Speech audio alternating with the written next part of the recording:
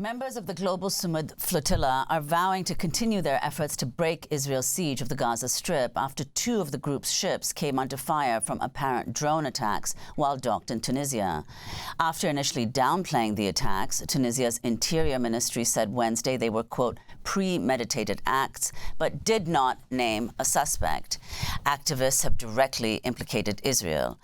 Passengers aboard the flotilla include the Swedish climate activist Greta Thunberg, who was detained by Israel in June when Israeli forces raided an earlier Gaza-bound flotilla. Genocide is being enabled and fueled by our governments, our institutions, our companies, our elected officials who are supposed to represent us. End your complicity! Another passenger on the flotilla is the late South African President Nelson Mandela's grandson, the South African MP Mandla Mandela. Coming all the way from South Africa to participate in this is really a joy to once again be able to set sail and go and break the blockade in Gaza and end the siege, which has been going on for the past 18 years.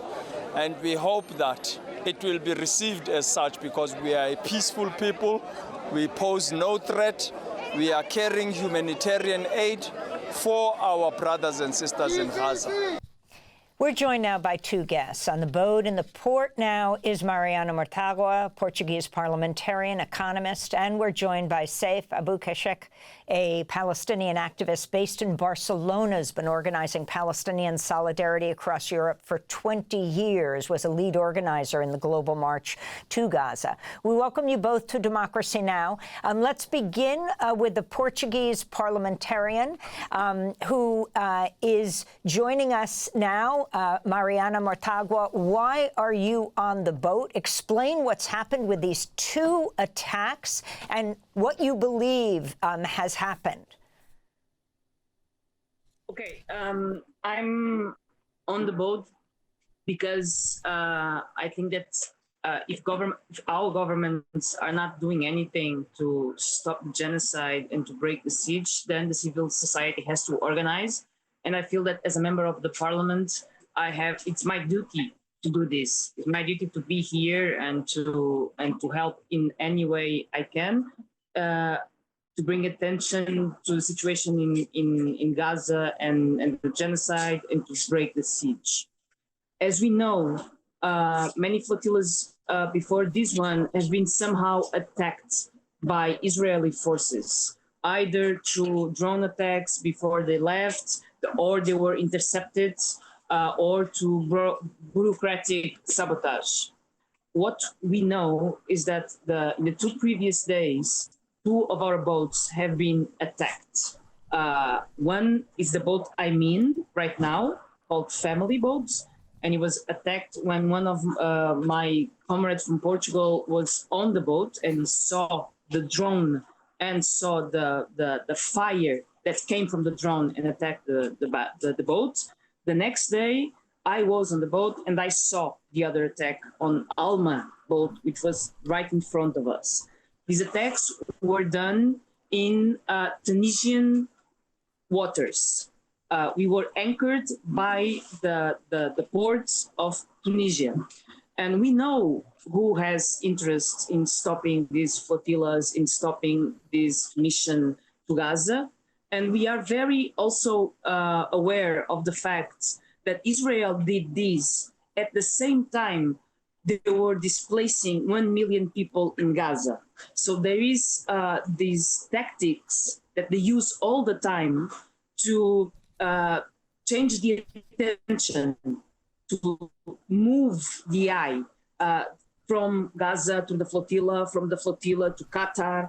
And they are using this in order to draw attention away from Gaza. And we want to put the attention back there. So there are 1 million people being displaced in Gaza City right now and being bombed right now.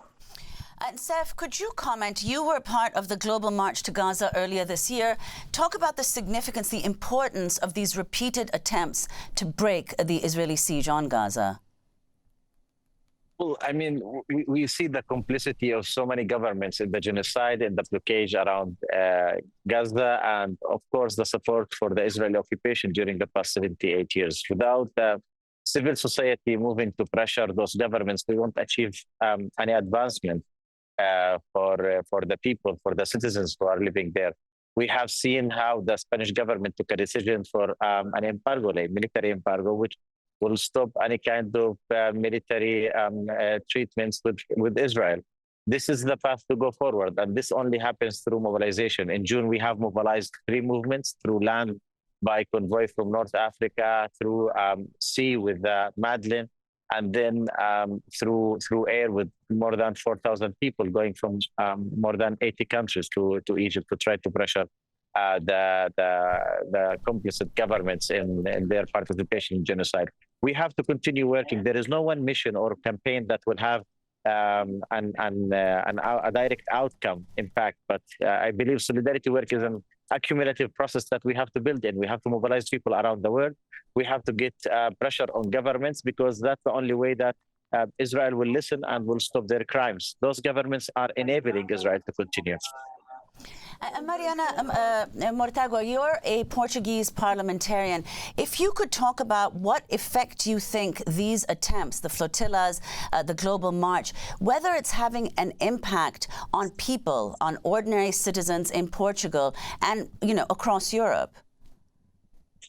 Yeah, I think that's the main goal of the flotilla.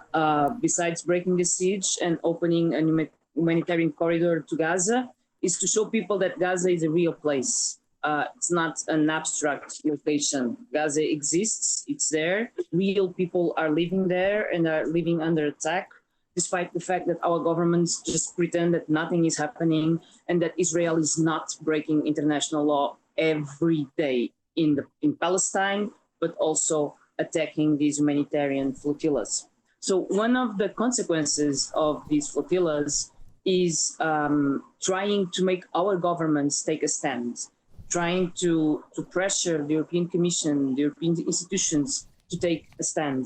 And it is unfortunate that we need to have European citizens and European parliamentarians in boats towards Gaza to make our governments say something about Israel. It is unfortunate that we need a Portuguese boat with a Portuguese flag being attacked with Portuguese citizens and parliamentarians on board by some, I wouldn't say that the drone has no flag, but we know who has interests in and who gains from these attacks. And it is unfortunate that we need these for the Portuguese government to say something about the genocide and to say something about Gaza. But if this is what it takes, then we'll continue with the flotilla to open the humanitarian corridor and to make sure that all governments in the world have to say something about the genocide. They have to recognize the genocide. Mariana Mortágua, we want to thank you very much for being with us. Portuguese parliamentarian on one of the boats, part of the flotilla that hopes to challenge Israel's siege on Gaza. And Saif Abukeshek, Palestinian activist based in Barcelona. Both are taking part in the Global Sumud Flotilla. Thanks for watching Democracy Now! On YouTube. Subscribe to the channel and turn on notifications to make sure you never miss a video. And for more of our audience-supported journalism, go to democracynow.org, where you can download our news app, sign up for our newsletter, subscribe to the daily podcast, and so much more.